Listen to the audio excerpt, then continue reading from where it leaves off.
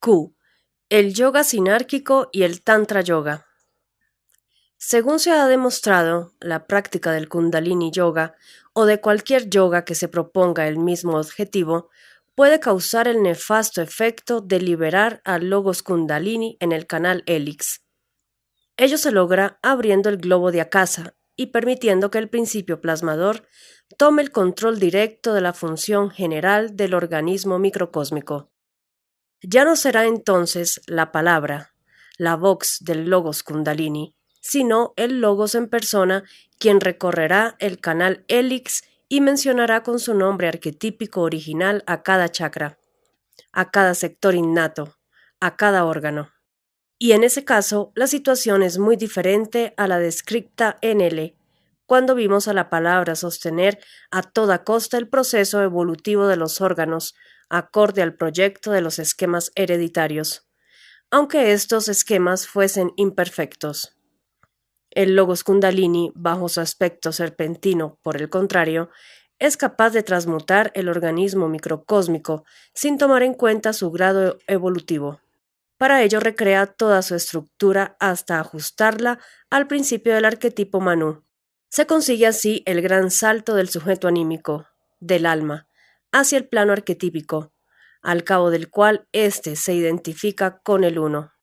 Esta posibilidad nirvánica, vale la pena repetirlo, que es considerada milagrosa por muchos mentecatos, solo beneficia al demiurgo, puesto que el organismo transmutado pasa indefectiblemente a ocupar su lugar en la jerarquía blanca de Chan Chambala.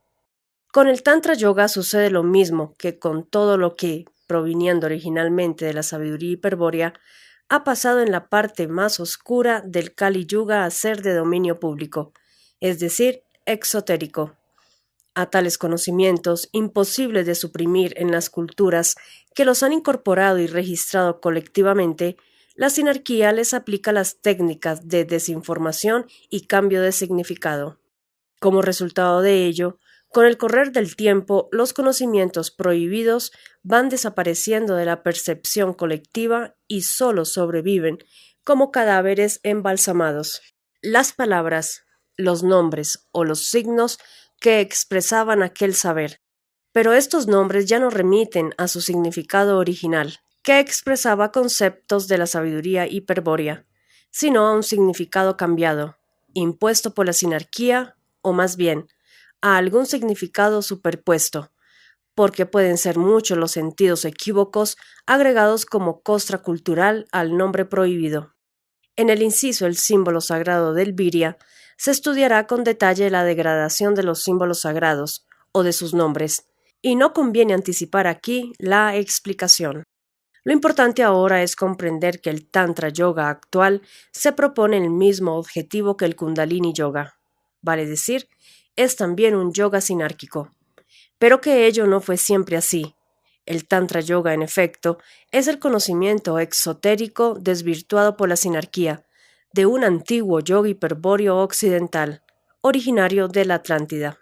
Por lo tanto, aun cuando sus palabras, nombres y signos expresen un significado equívoco y sinárquico a la comprensión actual, esas palabras, esos nombres y esos signos en un pasado remoto correspondían a las más puras verdades de la sabiduría hiperbórea.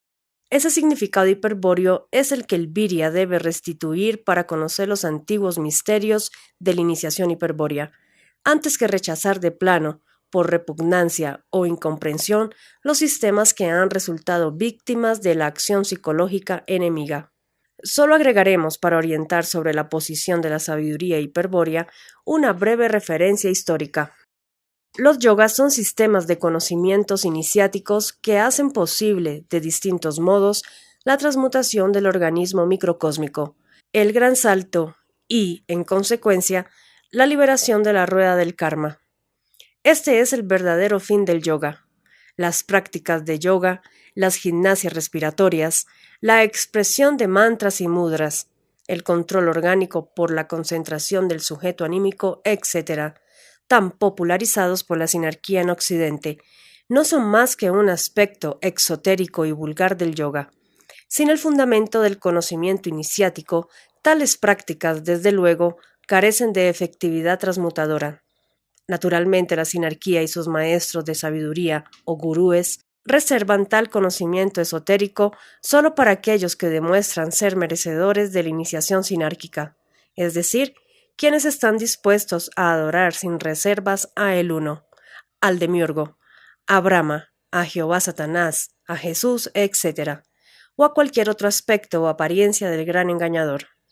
Sin embargo, a pesar de esta amplitud en la filiación de las divinidades, la custodia de la sabiduría del yoga está en manos de una muy celosa sección de la jerarquía blanca. En efecto, luego del hundimiento de la Atlántida, la jerarquía confió a la casta de los brahmanes la custodia del conocimiento iniciático de los yogas, es decir, reveló a estos la llave Kalachakra y los autorizó otorgar la iniciación sinárquica. Desde entonces son ellos, tanto en el plano físico como en el astral, los que detentan y velan por la vigencia de la iniciación yoguística. Ahora bien, como la casta brahmánica se ha encargado de legislar la aplicación en la raza blanca indoaria del Código de Manú, que exige la separación de la sociedad por color de la piel y su organización en 4 castas, muchos virias perdidos despistados, cegados por un miope racismo biologicista, han acabado creyendo que los brahmanes no pertenecen a la jerarquía blanca de Chanchambalá, o por lo menos que no contribuyen al plan de la sinarquía internacional. Torpe ilusión en la que han caído estos racistas biologicistas al suponer que una casta sacerdotal pueda hacer otra cosa más que adorar al Uno. Más adelante veremos que la agrupación de brahmanes en casta se remonta a la Atlántida, donde los mismos estaban bajo el dominio de la casta Kshatriya. Tal subordinación es lógica, puesto que el Kshatriya, el guerrero hiperbóreo, es un ser eminentemente espiritual, un reflejo del espíritu hiperbóreo, en tanto que el Brahman, el sacerdote sinarca, es un ser eminentemente anímico, un reflejo del arquetipo Manu. Luego de la catástrofe Atlante, a cuya producción no fue ajena la alianza entre los brahmanes y los siddhas traidores, la situación se revirtió entre los sobrevivientes, pueblos racialmente degradados y extremadamente primitivos, que sucumbieron, salvo pocas excepciones, a la magia brahmánica. Desde entonces hemos visto a una humanidad confundida que se deja guiar por ellos, que cree y acepta los mitos y arquetipos afirmados por las castas sacerdotales de todas las épocas. La casta Kshatriya, por otra parte, luego de la catástrofe Atlante, había conservado como herencia de sus antepasados Cromañón gran parte de la sabiduría hiperbórea. En especial, la casta guerrera conocía el misterio de amor, el secreto de la caída original del espíritu hiperbóreo. Tal secreto permitía la práctica de una iniciación nupcial durante la cual se aprovechaba el poder plasmador del Logos Kundalini en beneficio de una vía secreta de liberación de la sabiduría hiperbórea. Este era el yoga occidental del cual se derivaría, luego de una tremenda degradación cultural, el Tantra Yoga, del cual conocemos actualmente algunas variantes exotéricas. Como se explicará en el inciso Posibilidades de la vía tántrica, el objetivo hiperbóreo del Tantra Yoga consiste en remontar la memoria de la sangre hasta el momento del encadenamiento espiritual, hasta dar con el primer recuerdo asentado en el símbolo del origen. Este recuerdo corresponde, como es natural, al gran antepasado hiperbóreo. Su contenido es la imagen del espíritu hiperbóreo en el momento de consumarse la traición blanca y ser encadenado a la evolución de los organismos microcósmicos. Solo cuando se ha rescatado esta imagen de la profundidad de la memoria de la sangre, recién se atreverá el iniciado hiperbóreo o sadhaka a alterar el globo de Akasa, mas no intentará abrir por sí mismo el globo de Akasa para liberar al Logos Kundalini, tal como propone el yoga sinárquico. Ni siquiera proyectará sobre él la imagen serpentina o alguna otra. El yoga occidental se basa en 2 principios activos fundamentales: la presencia volitiva del yo y la colaboración de una mujer hiperbórea, es decir, una mujer viria. El yo será esta vez quien se revestirá, y lo hará con la forma del gran antepasado hiperbóreo, acto que constituye la reorientación definitiva hacia el origen, además de un reencuentro con el espíritu, anhelado durante millones de años. La mujer hiperbórea será quien, en el curso del acto sexual o maituna, proyecte sobre el globo de Akasa del Sadaka la forma de Lilith, la compañera guerrera del espíritu hiperbóreo. La proyección de Lilith romperá el globo y conformará al Logos Kundalini. Lo romperá porque Lilith danzará sobre el globo de Akasa las runas de la muerte, y conformará al Logos Kundalini, porque lo contendrá en sí cuando éste se manifieste fuera del globo. Esta acción exterior de la mujer hiperbórea tiene la misión de incorporar adentro del Virya la imagen del espíritu hiperbóreo femenino, imagen que fuera olvidada durante millones de años de confusión y que forma parte inseparable del misterio de la caída. Es entonces cuando Lilith revive adentro, que se consuma la boda mágica, la ceremonia de reorientación espiritual y transmutación orgánica realizada sobre el lecho nupcial de la sangre pura. Pero de esa transmutación el Sadaka no resultará convertido en Manu, sino en guerrero hiperbóreo, en Siddha inmortal. Como se ve, el yoga occidental no tiene nada que ver con el yoga sinárquico. Y si el Tantra Yoga no hubiese sido degradado culturalmente por la estrategia psicosocial de la sinarquía, tampoco tendría puntos de contacto con la ciencia de Chan Chan Bala. Esto quedará aún más claro en el inciso Posibilidades de la vía tántrica, donde se expondrá una versión actualizada del antiguo ritual de los 5 desafíos, es decir, del ritual iniciático y guerrero del yoga occidental. Ere. Estudio analógico del objetivo hiperbóreo del Tantra Yoga. No hay que insistir demasiado en que la sinarquía cambió, hasta donde pudo, el significado del yoga occidental. Ello está a la vista en el Tantra Yoga y será evidente para quien lo analice, basándose en los fundamentos de la sabiduría hiperbórea. El mayor peso de la desinformación, como es lógico, se abatió sobre los dos principios fundamentales del Tantra Yoga, el yo y la mujer hiperbórea. Al yo se lo redujo a una mera ilusión anímica, a un sujeto egoísta y despreciable, al que se debe destruir a toda costa antes de alcanzar el nirvana, la unión con el uno. A la mujer hiperbórea y al espíritu hiperbóreo femenino se lo equiparó a la Shakti terrestre, es decir, al aspecto femenino del demiurgo, o a alguna pareja arquetípica de los dioses arquetípicos. Con estos cambios, el Tantra Yoga difiere muy poco de los yogas sinárquicos, y de hecho, existen muchas escuelas sinárquicas de Tantra Yoga, dirigidas por miembros de la jerarquía blanca. Hoy en día es casi imposible rescatar al Tantra Yoga como sistema o vía de liberación apta para el Virya occidental. No obstante lo cual se describirá en el inciso Posibilidades de la vía tántrica, cómo debería ser una iniciación tántrica occidental. No nos detendríamos, pues, en más explicaciones, a no ser por una circunstancia particular. Se trata de la confusión que algunos viryas demuestran cuando se refieren al objetivo hiperbóreo del Tantra Yoga, sin advertir el cambio de significado causado por la estrategia enemiga. Concretamente, estos viryas daltónicos identifican al objetivo hiperbóreo del Tantra Yoga con el fin del Kundalini Yoga, es decir, con el gran salto. Pero tal confusión no es causal, sino inducida en las mentes débiles por la poderosa voluntad de los siddhas traidores y sus secuaces de la casta brahmánica. Con el antecedente de todo lo visto hasta aquí, nos ha de costar muy poco aclarar la confusión. Lo haremos mediante dos representaciones gráficas analógicas, pero antes vamos a exponer en qué consiste la confusión mencionada. En el artículo anterior se explicó que el objetivo hiperbóreo del Tantra Yoga consiste en remontar la memoria de la sangre hasta el momento del encadenamiento espiritual, hasta dar con el primer recuerdo asentado en el símbolo del origen. Este objetivo recibe en la sabiduría hiperbórea la denominación sintética de regreso al origen, pero el gran salto propuesto como fin del Kundalini Yoga es un regreso al principio del arquetipo Manu. Con algunas variantes puede afirmarse que aquí se encuentra el núcleo de todas las confusiones semejantes entre el objetivo hiperbóreo y el objetivo sinárquico, porque el regreso al origen es el regreso al símbolo del origen, al momento en que el símbolo del origen fue plasmado en la sangre transmutada del Virya. Ese hecho, la aplicación de la clave genética, ocurrió millones de años después que el Pasú existía sobre la Tierra como producto de una larga evolución filogenética, es decir, Ese hecho, la plasmación genética del símbolo del origen, ocurrió mucho después del principio del arquetipo Manu. Así pues, este principio, hacia el que apunta el gran salto, no coincide en absoluto con el origen del yo buscado por el Tantra Yoga.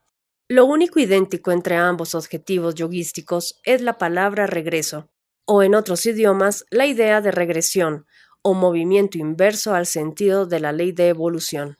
Sin embargo, ello basta para que el significado del objetivo sinárquico se atribuya al objetivo hiperbóreo, y se pretenda que la liberación espiritual proviene de una regresión hasta el principio del arquetipo Manu, idea absurda, cuya ejecución imprudente representa un suicidio espiritual para el Virya perdido.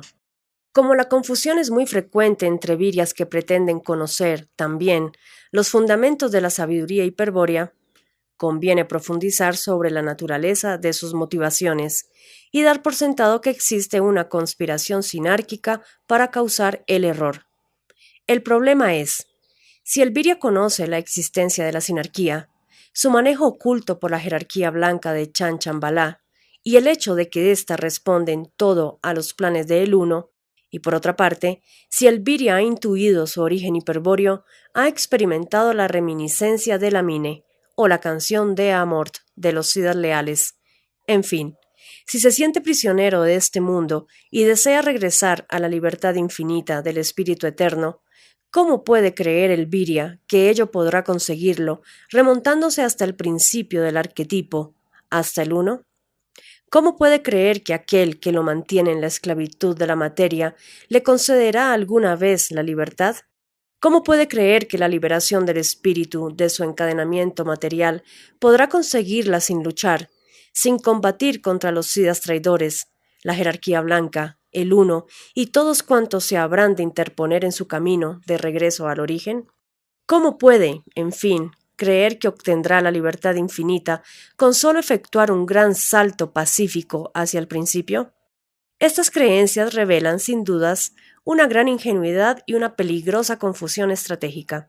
Y sin embargo, no son pocos los viryas daltónicos que se dirigen al principio en busca de la libertad espiritual. Se trata, como se ve, de un peligroso error que causa, en la mayoría de los casos, la muerte espiritual del virya, el eclipse de su yo, por escurrimiento del símbolo del origen. Pero aún falta la respuesta.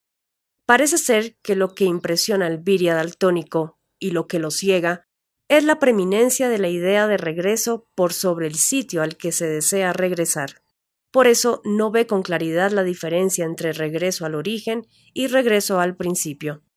Hay como una exaltación del regreso por el regreso mismo, que deja sin resolver el problema de la meta apuntada. Si al final del camino de regreso se encuentra efectivamente la salida hacia la libertad del espíritu, o una mayor y más terrible desorientación. Pero este error no carece de motivación hiperbórea. El virya perdido, que pese a todo se atreve a asumir una actitud gnóstica, considera luciférica la decisión de oponerse a la ley de evolución, de marchar en su contra. Mas, al no poder precisar con claridad el objetivo de esa marcha, acaba otorgando preeminencia a la marcha misma, al hecho de transitar inversamente al sentido de la ley de evolución. Y es entonces cuando ocurre la confusión con el fin del yoga sinárquico, porque ese fin consiste en transitar inversamente al sentido de la ley de evolución, en un gran salto hacia el principio del arquetipo. El peligro de esta confusión no se hace patente al virya, porque él se siente luciférico, por el solo hecho de marchar en contra de la ley de evolución, de regresar, aunque ese regreso hacia el Uno le signifique finalmente su completa perdición. El virya daltónico se siente luciférico al decidirse a regresar, y toda su fuerza volitiva la concentra en la marcha. Ingenuamente, quizá por torpe orgullo, quizá por iracundia, pero sin determinar previamente la situación de la meta final. Desde el punto de vista de la sabiduría hiperbórea, tal ceguera es producto de la confusión estratégica, pues la confusión apuntada procede justamente de un error estratégico. Más claramente, toda estrategia es un medio para alcanzar un fin claramente postulado. No hay estrategia posible sin declarar de antemano los fines y objetivos perseguidos, pues la estrategia consiste en la planificación del mejor modo para alcanzar tales metas. Si el objetivo es claro y la estrategia es el proyecto de un plan operativo adecuado para conseguirlo, el desarrollo, la ejecución, la marcha será seguramente coronada por el éxito. Pero si el objetivo es confuso, no claramente definido, no hay manera segura de planear su concreción. La marcha será entonces errática, desorientada, extraviada, condenada al fracaso. El que marcha sin saber a dónde ir, el viria perdido, nociológicamente daltónico, demuestra abiertamente su confusión estratégica, aunque crea que la decisión de marchar en sentido inverso a la ley de evolución lo convierte automáticamente en luciférico. Estas aclaraciones son oportunas, pues la propuesta esotérica del Tantra Yoga es una completa estrategia hiperbórea, una estrategia en la que el objetivo declarado se llama origen, el símbolo del origen, un objetivo que se sitúa en un punto exacto del pasado del Virya, un pasado al que se regresa tomando por el camino inverso de la sangre pura, un camino asentado en la memoria de la sangre. La estrategia hiperbórea consiste en plasmar y asegurar ese regreso al origen, en mostrar al yo el camino justo hacia el recuerdo de la sangre. Una estrategia tal es, por ejemplo, el ritual de los 5 desafíos del Tantra Yoga, que describiremos en otro inciso. Otra estrategia semejante es la vía de la oposición estratégica, que dominan los caballeros Tirodal. En resumen, podemos afirmar que, aunque ambos objetivos exigen un regreso, un marchar en sentido inverso a la ley de evolución, solo el objetivo hiperbóreo del Tantra Yoga, el regreso al origen, permite formular una estrategia hiperbórea, una vía abierta para conseguir la liberación del espíritu cautivo.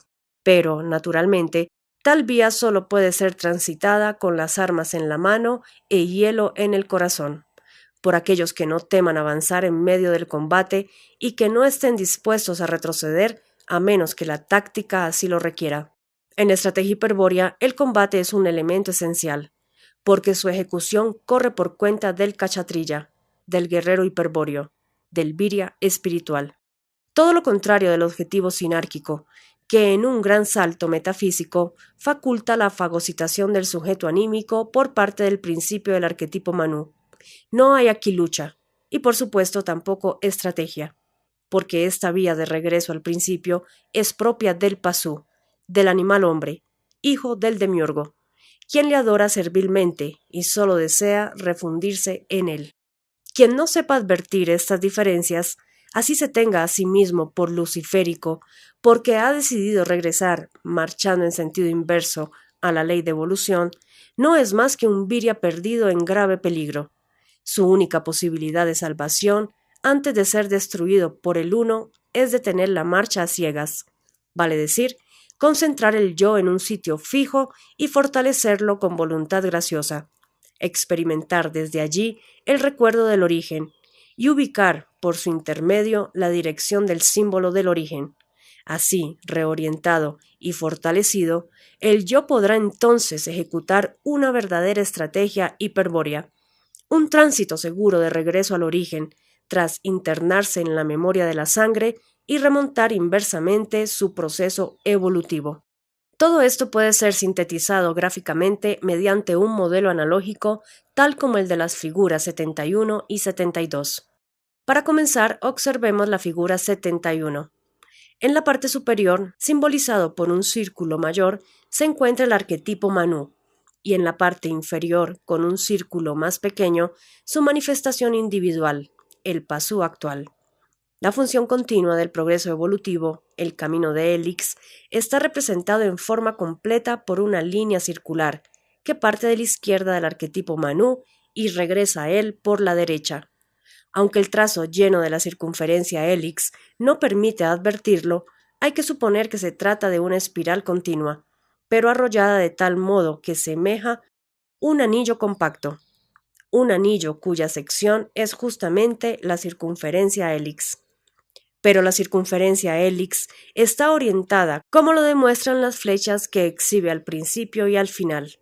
El sentido de esta orientación es acorde con la escala gradual de momentos progresivos, es decir, expresa la dirección del proceso evolutivo. apunta hacia la finalidad entelequial. Es claro, en la figura 70, que el principio y el final del proceso evolutivo del pasú es el propio arquetipo Manú. Sin embargo, el sentido de la evolución impulsa al pasú hacia la finalidad entelequial, tal como lo indica la flecha curva de la derecha, titulada Proceso Evolutivo Orgánico. Esta flecha indica que el pasú, librado a la inercia del proceso evolutivo, se dirige indefectiblemente hacia la finalidad entelequial. Por el contrario, la flecha curva de la izquierda señala el sentido inverso del gran salto, propuesto por el Kundalini Yoga.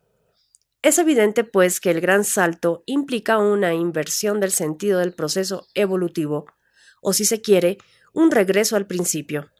En la figura 71, resumiendo, se han representado las posibilidades del destino del pasú, o evolucionar hacia la finalidad entelequial y adquirir la autonomía óntica, flecha de la derecha, o regresar hacia el principio mediante un gran salto, transmutar el organismo, e identificarse con el uno, flecha de la izquierda. Consideremos ahora el caso del Virya, el hombre semidivino que posee en su memoria de la sangre el símbolo del origen, al cual se encadena el espíritu. En la figura 72 se ha representado al Virya actual mediante un círculo menor en la parte inferior de la circunferencia hélix, donde antes se encontraba el pasú individual. Esto indica que el Virya es un pasú transmutado por el símbolo del origen, y que por confusión y desorientación espiritual continúa evolucionando hacia la finalidad entelequial propia del pasú. Para eso se aprovecha la fuerza volitiva del yo perdido.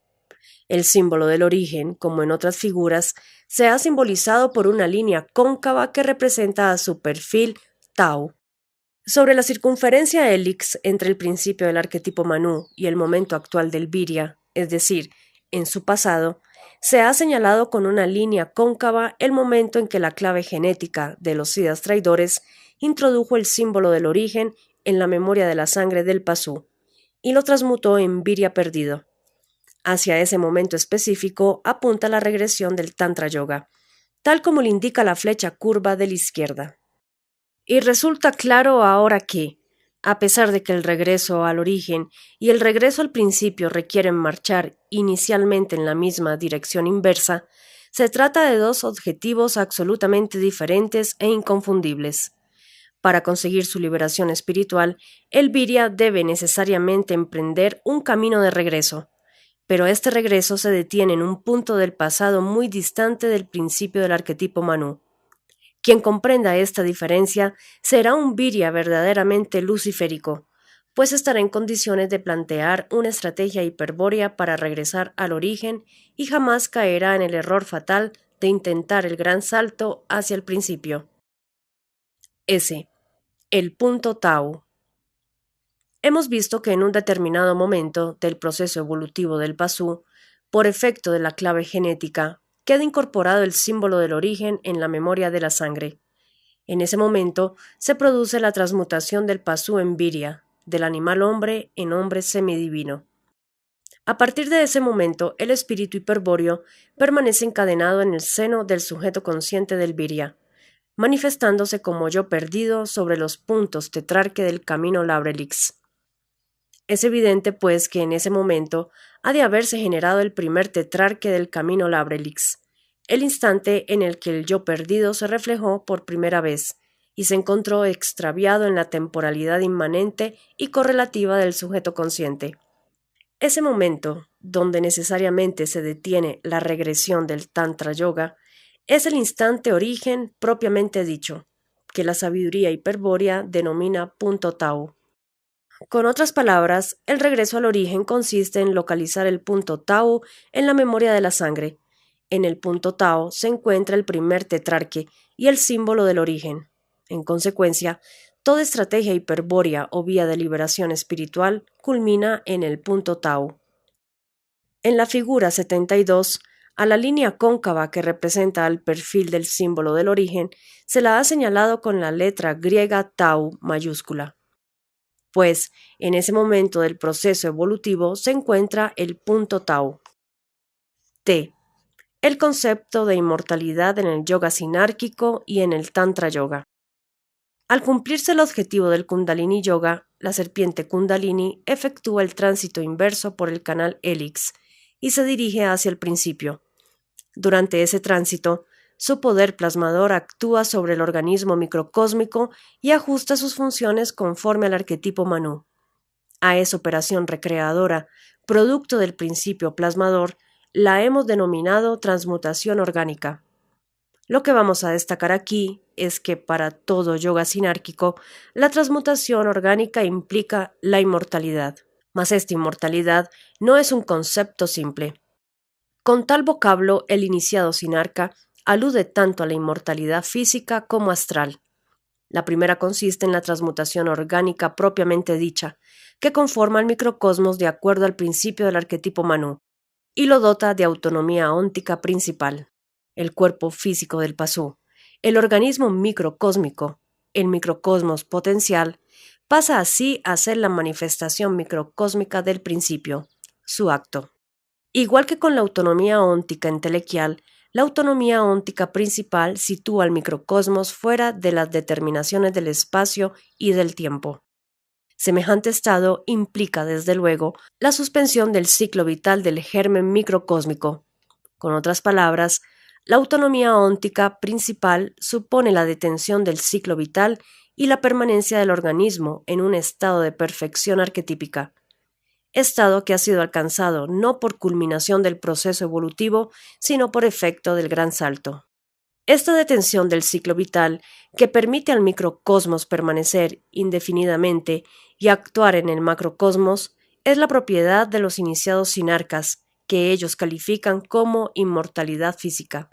La segunda acepción de la palabra inmortalidad, esto es, la inmortalidad astral, se refiere a la suspensión del proceso evolutivo anímico, a la permanencia del cuerpo doble o astral en un estado de perfección arquetípica que le permite actuar indefinidamente en el mundo astral.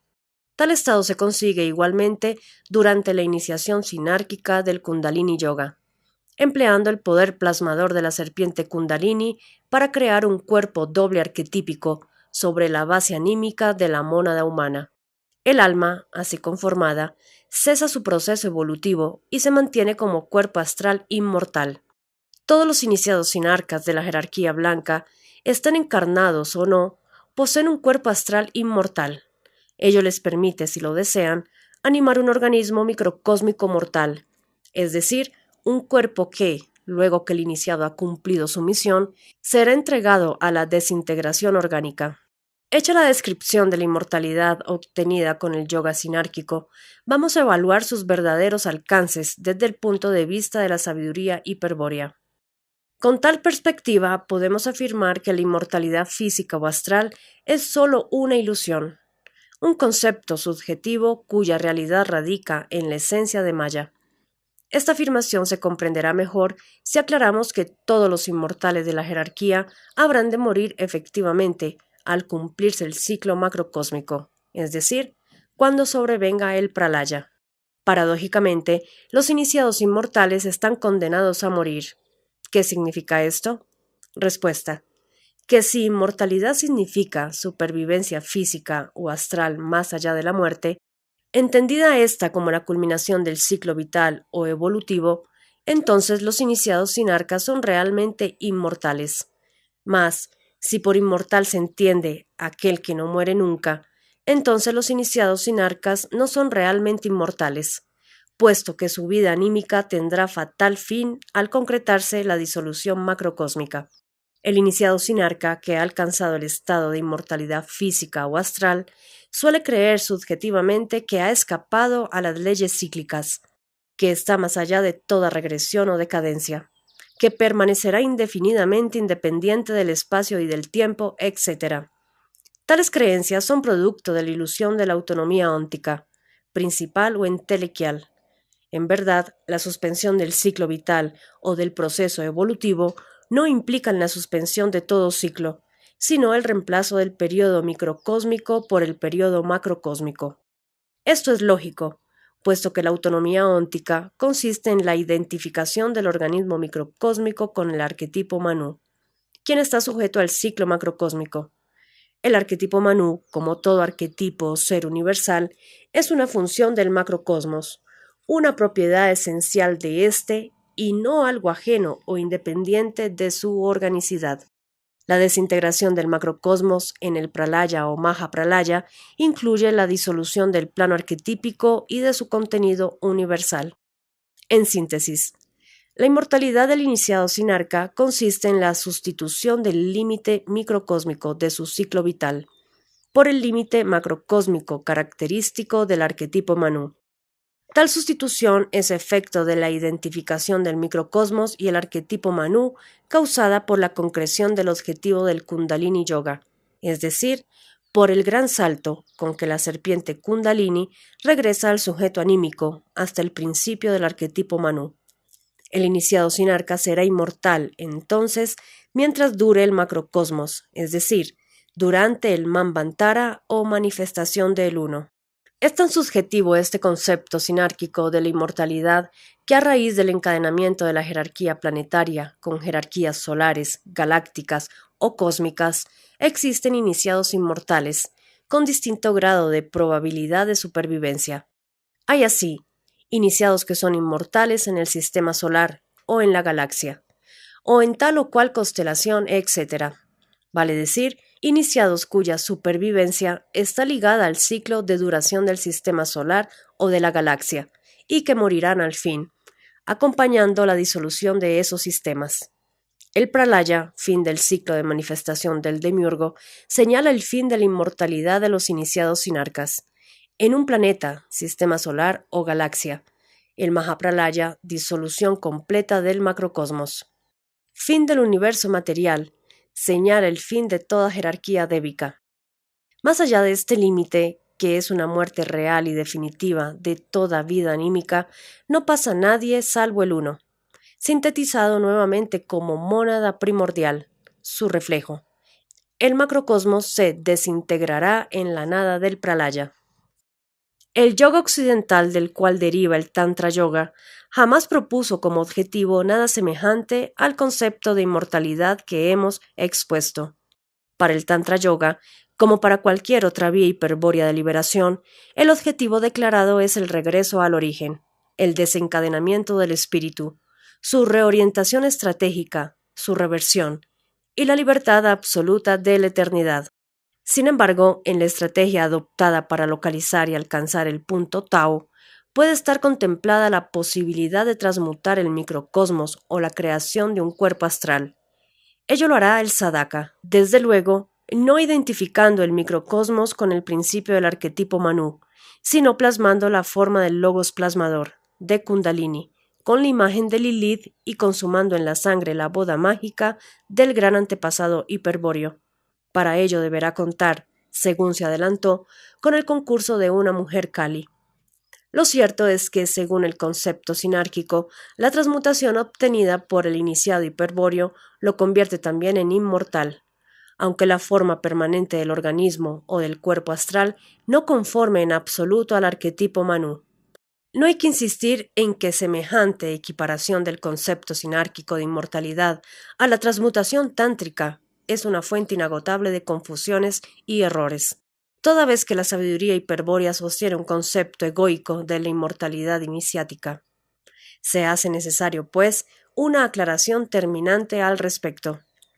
Para la sabiduría hiperbórea, ni la transmutación sinárquica ni la transmutación tántrica producen cuerpos inmortales, sean estos organismos físicos o astrales. La sustitución del límite final microcósmico por el límite macrocósmico del pralaya, por más distante que éste se encuentre en el futuro, no basta para calificar de inmortal a un cuerpo animado. Por el contrario, es seguro que tales cuerpos inmortales serán cadáveres al sobrevenir el pralaya, cadáveres físicos o cadáveres astrales, despojos materiales al fin del ciclo macrocósmico, la muerte absoluta de la vida manifestada por desintegración y disolución absoluta de toda forma. Para la sabiduría hiperbórea, al fin, todo cuerpo orgánico o astral es sólo un cadáver futuro, por más animado que se encuentre en la actualidad ilusoria del tiempo trascendente. Aun si tal cuerpo ha sido transmutado por el Tantra Yoga u otra vía hiperbórea, Jamás concede valor a la supervivencia del ciclo vital, ni deposita ninguna esperanza en la dilatación del instante mortal, instante que llegará fatalmente en el pralaya. La sabiduría hiperbórea solo toma en cuenta la substancia sin importar la forma o el ritmo que ésta manifieste. Toda substancia, es decir, todo cuerpo orgánico o astral, es repugnante al espíritu hiperbóreo. El espíritu normal, no revertido, expresa una hostilidad esencial hacia toda substancia del macrocosmos. El iniciado hiperbóreo que busca regresar al estado normal del espíritu no puede menos que despreciar también toda forma de substancia, aunque deba valerse de algún cuerpo orgánico o astral para ejecutar su estrategia. Para el iniciado hiperbóreo, finalmente, no existe la inmortalidad de la sustancia, cualquiera sea la forma o ritmo que ésta exhiba. Por el solo hecho de ser sustancia, una cosa es mortal y ha de perecer indefectiblemente. Sin embargo, la sabiduría hiperbórea sostiene y define con precisión un concepto de inmortalidad. Es la inmortalidad del yo, es decir, la inmortalidad de una cosa de esencia insustancial. Para la sabiduría hiperbórea, solo puede ser inmortal en el macrocosmos lo que es eterno fuera de él, y que, por eso, le sobrevive tras el pralaya. Eterno es el uno, y por eso sobrevive a la disolución del macrocosmos. Y eternos son los espíritus encadenados en los virias perdidos, quienes también sobrevivirán a la disolución de la ilusión macrocósmica, pues sólo lo eterno sobrevive a la disolución final de la substancia, y sólo el espíritu es eterno. Ni ángeles ni devas, ni demonios astrales o elementales, duendes o gnomos, ni criatura alguna o cosa sustancial, ni ente externo de cualquier naturaleza, planeta, sistema solar o galaxia, y desde luego ningún iniciado sinarca sobrevivirán a la disolución final del pralaya, porque ninguno es eterno fuera del universo, solo el espíritu lo es. En el Virya, el yo es el reflejo del espíritu revertido, y por eso es también un reflejo de la eternidad. El yo puede ser verdaderamente inmortal, pero habitualmente no lo es. Por el contrario, la degradación de la sangre o la iniciación sinárquica pueden causar la muerte del yo, por escurrimiento del símbolo del origen.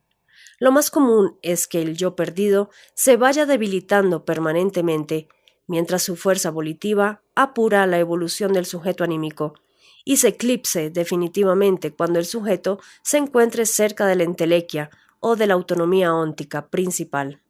¿Cuándo pues se realiza la inmortalidad del yo? Respuesta: cuando el Virya ejecuta todos los pasos de la iniciación hiperbórea. El Tantra Yoga, practicado según la técnica del yoga occidental, brindaba esta posibilidad de inmortalidad egoica, transmutando al sadhaka en kshatriya, en guerrero hiperbóreo.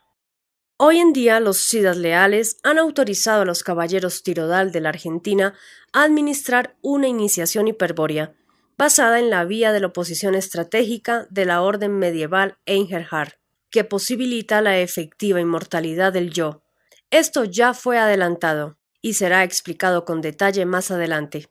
Lo que ha de ser claro desde ahora es que la inmortalidad del iniciado hiperbóreo es una inmortalidad noológica, fundada en la eternidad del espíritu, una inmortalidad que libera al yo de la prisión de las formas arquetípicas y le permite participar del infinito actual, abriéndole el camino hacia la libertad absoluta que se encuentra más allá del origen. Una inmortalidad tal nada tiene en común con la miserable ilusión de la inmortalidad de la substancia, que proponen como meta los iniciados sinarcas.